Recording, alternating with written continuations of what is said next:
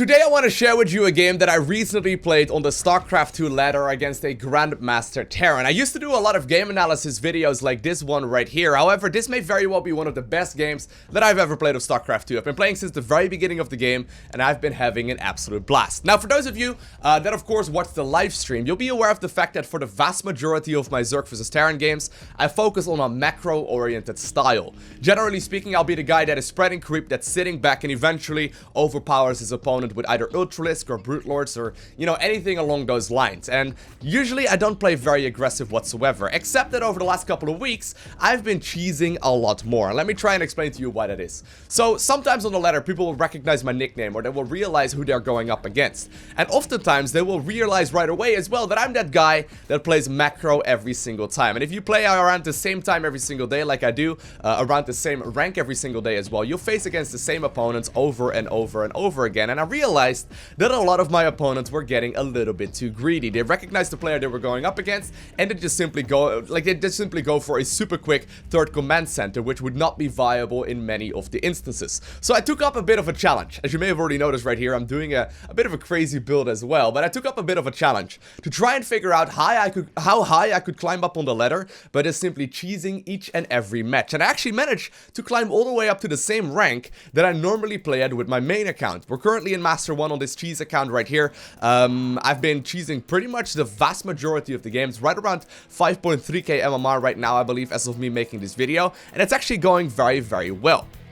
Now, as you may recall, I recently did a cast of a series between Gumiho and Bly. I'll go ahead and link that one down below in case you missed it. Of course, Bly is very well known for his hyper-aggressive early game Zerg versus, well, basically any matchup, I guess, and I basically took this build from him, and so far I've been having absolute success with it. So here's the thought process for the early part of the game. Basically, this is a 100% all-in, okay? I'm trying my best to close out the game because off of these workers that I've got right now, I'm not gonna add on any additional workers whatsoever, and the goal here is for me to try and win the game right here, right now.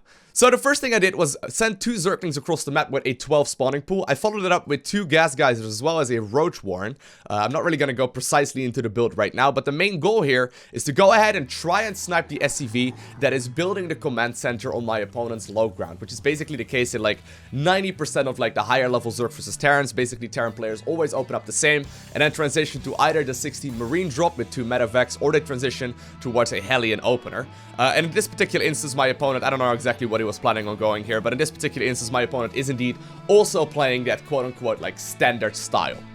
Now, what I've learned so far is that cheesing is actually not nearly as easy as it looks. I mean, at the very least, this build right here requires a crap ton of micro. So I see that my opponent's Reaper is moving out. I immediately sent the Zerglings in right now as well to try and snipe that SCV. We're gonna play Ring Around the Rosie for a little while, and basically what I'm trying to do is buy myself some time. Already at this point in time, I've got a bunch of Roaches moving across the map. I'm morphing into Ravagers right now as well, and I'm basically trying to just simply continuously pile on the pressure. Now, considering my opponent is a Grandmaster Terran, right, he's gonna have experience against a build like this before as well, and of course that means that he recognizes the value right here of the command center. If this command center right here finishes up, that opens up an opportunity for him to morph it into an orbital command and therefore go up to 2 mules at once. So that's where this becomes very, very scary for a Zerg player. So I sniped the Reaper right there, go after the SCV, and I shut down the pressure right there on the low ground right away. Now, of course, I'm going to try and push up the ramp as well. You got to keep in mind, we are still all in. Dealing a little bit of damage in the early game is most definitely not enough. I skipped out Zergling speed, so I can't float with Zerglings either. And basically what I'm trying to do right now, as I did put 3 and 3 in gas right now, meanwhile back at home, I'm basically trying to close out this game with non-stop Ravager harass. Now, I do already see that my opponent is indeed going for that starport, and he's trying to switch it up right here as well to land that starport next to the tech lab.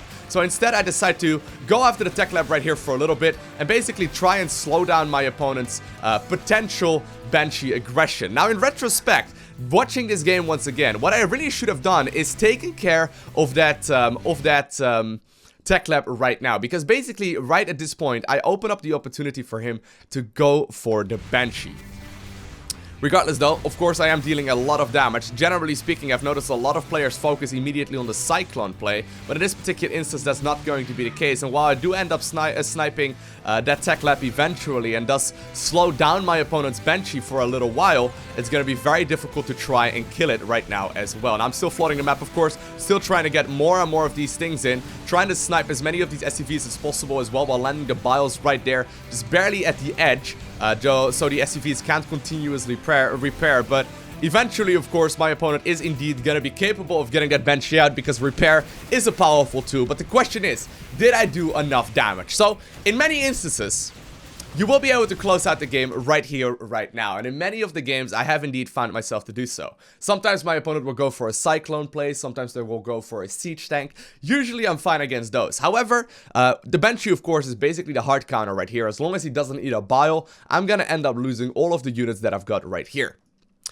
Now, sneaky as my opponent is, he actually snuck out a SCV and finished up the command center. I did not notice that at the time, which actually turned out to be quite a bit more painful, because I noticed that, of course, I killed a lot of his workers here, and I figured that if I can just simply kill the command center, I'm gonna be in a great position. But little do I know, my opponent has indeed managed to complete the command center right there, and of course, I have managed to kill the vast majority right here of the SCVs, and I'm like, snap, he's not leaving. He's not leaving. That must mean that he's feeling pretty confident. Now, I do end up sniping the starport there eventually as well. And if you compare the income tab, at this point, I am most definitely in a reasonable advantage. Then I recognize, hey, the command center finished up. And I realize that I may very well be in a bit of trouble. So I know for a fact that my aggression has been shut down, right? I've done a lot of damage, I killed the vast majority of the SCVs. However, my opponent is gonna have 2 mules, and we all know the strength of mules, at least if you're a Zerg player yourself as well, or a Terran or a Protoss player, and for that matter, you'll know that, you know, a mule mines for a handful of workers all at once, and if you've got 2 command centers morphed into orbital commands, you can go ahead and drop 2 of them at once and have basically a lot more income than the Harvester count will tell you. So at this point I'm like, crap, I did a lot of damage. I know that I've done decently well. I thought I actually won the game already, so I started not microing my Roaches and Ravagers nearly as efficiently. Then I recognized, hey, that second command center was done, and I'm gonna have to transition. Now, this is one of the very first times where my opponent actually either managed to, you know, so here's how usually this aggression goes, right? Usually I either flat out kill my opponent, or I get to a point where my opponent will not really be able to follow this up with any kind of tech anymore, and he just decides to GG out, or he holds it very, very easily. So usually the game ends right here, right now, and this is one of the very first time, I think I had it once before in executing this probably about 50 times thus far, where my opponent is gonna be able to transition here, and I'm gonna be forced to transition here as well. Now, since I, of course, am playing on the cheese account, I know that I'm gonna have to continue onwards with the non-stop aggression, something that is usually very, very far from my usual playstyle. You can already see my opponent is producing 2 SCVs at once. He's got a decent economy. I'm checking out his mineral lines, and I realize that this game right now is far from over. Now, the Banshee was, of course, moving across the map. I did decide to pull the drones out of the gas geyser so I can get a little bit more mineral income and therefore get my own natural going as well. And I'm actually wondering here at this point in the game whether or not I'm actually ahead. I can't quite judge it here, and that is the thing about most of my, like, more scrappy games, right? When I'm in a macro state, and I know, you know, the amount of bases that my opponent is on, I will usually be able to judge whether or not I'm ahead. But this is kind of like one of the weaknesses that I'm trying to fix in my StarCraft 2 play, I guess. Whereas in macro games I'm feeling comfortable, in these kind of, like, much more scrappy scenarios, it's hard for me to judge if I'm actually at an advantage. And I actually thought, while playing this game, that I was pretty far behind, and it turns out that that is indeed mostly true. Now, of course, I'm going to be capable of producing a lot more workers at once than my opponent can, but I know that it's at this point in time 2 base versus 2 base, which is usually not quite a situation that you want to be in as a Zerg player, in particular against Terran. Now, the same can be said right now for my opponent, right? Does he realize the situation that he's in right now? Of course, he has played a situation like this before, and usually Terran players do have a pretty good, you know, way of dealing with these kind of scrappy games. Basically, of course, with Zerg, you always have to make the decision if you want to make either drones or you want to make units that actually can fight. For Terran, of course, you can just simply do both at once. So usually in most of the situations, I'm going to be alright here you know, just drone up. But I am a little worried for the fact that my opponent can, of course, get a lot of these high-value units out. Like, for example, the Banshees that can harass over and over and over again. Like, for example, the Cyclones. You know, I'm definitely going to have to respond to those here as well. And while I do deal with the Banshee aggression reasonably well here, I end up losing a handful of workers. I have most definitely killed a lot more than my opponent has, but there are mules dropping down, so my opponent is definitely not out of this game just yet. So here's my plan.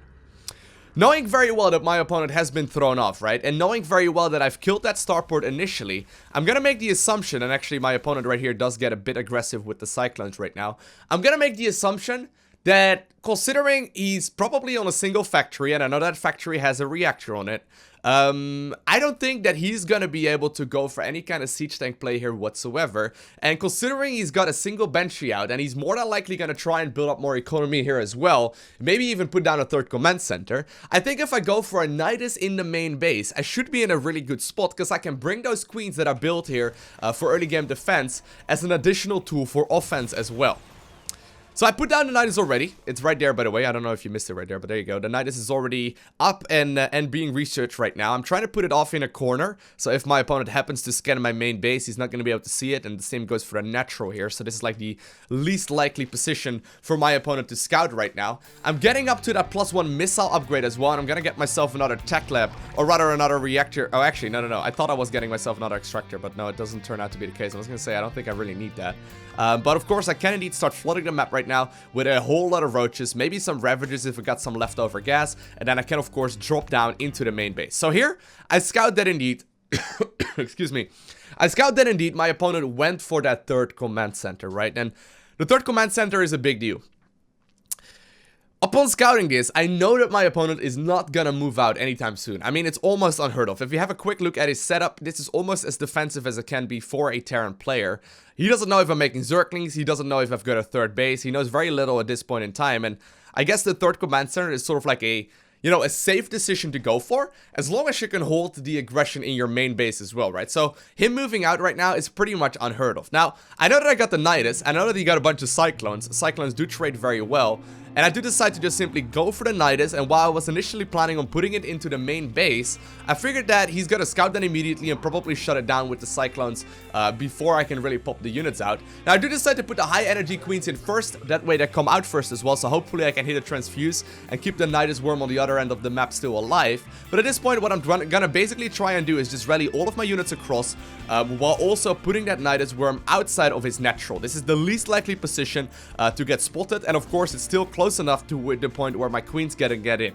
Now, as long as he doesn't have siege tanks out, I'm gonna be in a beautiful position here, and I highly doubt that that is indeed going to be the case. Now, my opponent does, of course, hear the growl right there of the Nydus Worm. He doesn't know where it's at just yet, but he will shortly figure out that a lot of units are indeed flooding into his natural. Now, of course, Cyclones still do a lot of damage. I'm gonna have to try and do as much damage here myself here as I can as well. Cyclones, though, they are very good at early game defense. You can see they're shooting extremely rapidly, making them powerful against Ravagers, Zerglings, Roaches, Queens, basically all of the early game pressure. But I also put up a Nidus right now in the main base, so hopefully I can split his attention for a little while moving some of my units towards my opponent's main mineral line. Now, once again, I end up killing an awful lot of workers. Question is it going to be enough? At this point, it's 27 Harvesters for Zerg versus 28 right there for the Terran, which is not quite the situation that I want to be in. I do decide to go for the drop-off right now with more Zerglings into the main as well, trying to overrun my opponent's mineral line while sending Zerglings to both of the locations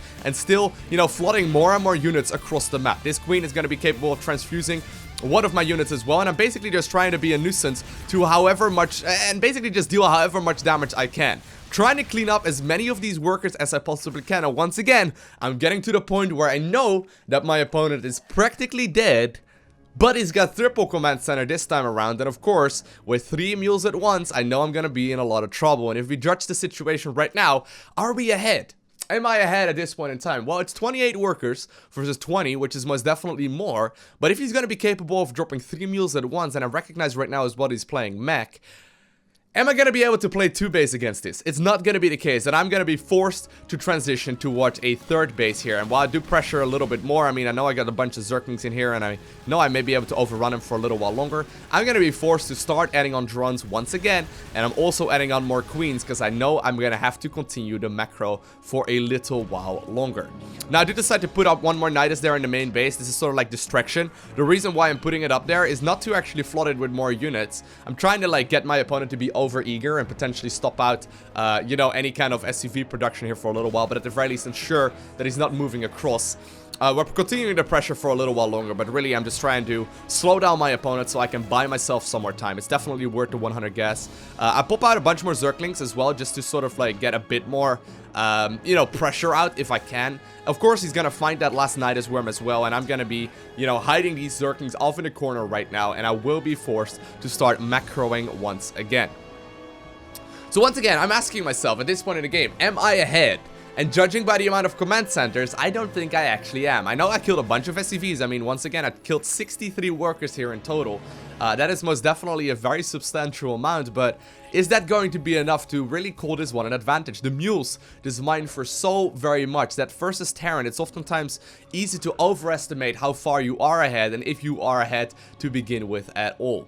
Now, considering he's playing mech, I know very well that I do need to try and you know, play something that is not Mutilating Bane. I will probably have to focus on Roach Hydra, Roach Ravager Hydra, maybe some Swarm Hosts, maybe some Vipers. Ideally, we would get Brute Lords out, but I think that is a little too greedy to transition to right now. So I do decide to just simply, you know, pile up the Roach Ravager count right now and try and, you know, get that 3rd base saturated, as I do know that my opponent is also landing his own 3rd base right now as well.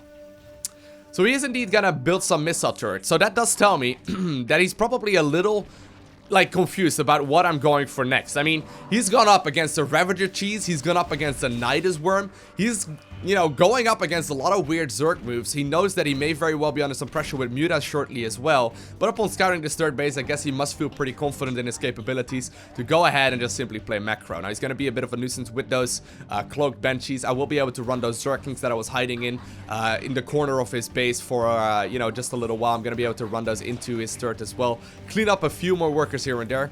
Total up to 67 workers killed, but still, I'm not feeling all too confident right now, and I decide to just simply flood the map with drones. I know I need to establish that economy advantage right now, because we're transitioning towards macro. Now, if there's one thing that's true about Terran mech, is that usually they don't move out until very late on into the game. They will usually not leave until they, you know, got at least a near maxed out army. So they're gonna maybe try and do some harassment once, with some, you know, cloaked Banshees, for example, or they go for a little bit of harass with some, you know, Hellbats or Blue Flame Hellions or anything along those lines. But usually the meat of the Terran army, be it siege tanks, be it, you know, Thors, be it those kinds of units, usually those are the ones that will just simply sit behind the 3rd base for a little while. Eventually it maxes out, and that's usually where Terran moves across.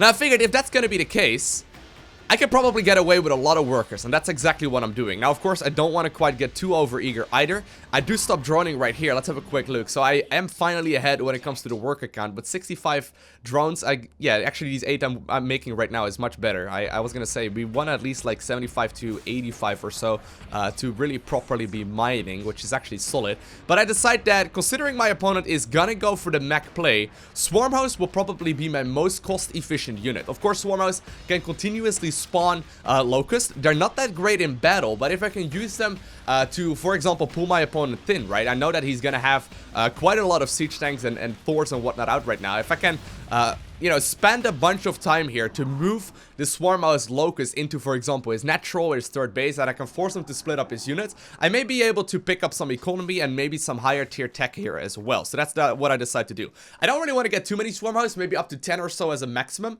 I'm putting those on a separate hotkey group, of course. The thing about Swarm Hosts is that they're not very supply efficient, I suppose. They're sort of similar as roaches in that sense. Now, I do try and lead the charge here with for a little bit. Try and see if I can clean up a path here. My opponent's Banshees were hanging out over there, so I get a bit lucky there. But this does open up the opportunity for me right now to move my Swarmers into a position and potentially rain down at his natural location right there. And finally, I'm starting to feel a bit more comfortable. I know I got a powerful army. This should be the point where I actually go up to a hive as well. I'm not quite doing that just yet. But I do decide to add on some more hydras and simply just sort of, you know, push my opponent into separate directions here as well. But really, like, Swarm Hosts, they're like a supply inefficient unit, meaning that, and that was a good pullback by my opponent, but meaning that if I max out on an army that's based around roaches and ravagers and then, you know, Swarm Hosts as well, I'm not really gonna have a very good fighting army. It's gonna look very menacing, but it's gonna die very easily because they all cost a lot of supply. Now, I know that my opponent might be looking here to take a fort base as well, and I see that I actually catch him at a really solid timing here, going for that, going for those corrosive biles right on top of all of those siege tanks as soon as I possibly can. A couple of siege tanks right there in the back are indeed stacked up together, so I know I'm gonna be able to land some biles at those as well. They do get picked off. I'm gonna go after that fort command center here as well, and my opponent decides to leave the game without a GG. I really enjoyed playing this match. I thought it was awesome. I thought the Ravager Roach aggression in the early part of the game, into like the Nydus cheese, into the Swarm Hosts, into, you know, the overwhelming right here at the fort base. I think it was absolutely awesome. I do think I could have maybe gotten away with a couple more drones at both the initial bit of defense that I had to do, right, against the like double or 4 cyclones or so that moved across the map initially. I think I could have squeezed out a bunch more workers then and maybe focused on a few more queens here and there and just left off the gas for a little while longer. And I also think I could have done the same when I first secured my third base, when I knew I was going up against the double or the triple command center play. I think I could have drawn up all the way up to like 85 workers and be 100% okay with that. But eventually my opponent does end up falling here. The Swarm Host, you know, basically did tear him apart for a little while. Basically, we send up the basically what I'm trying to do, right?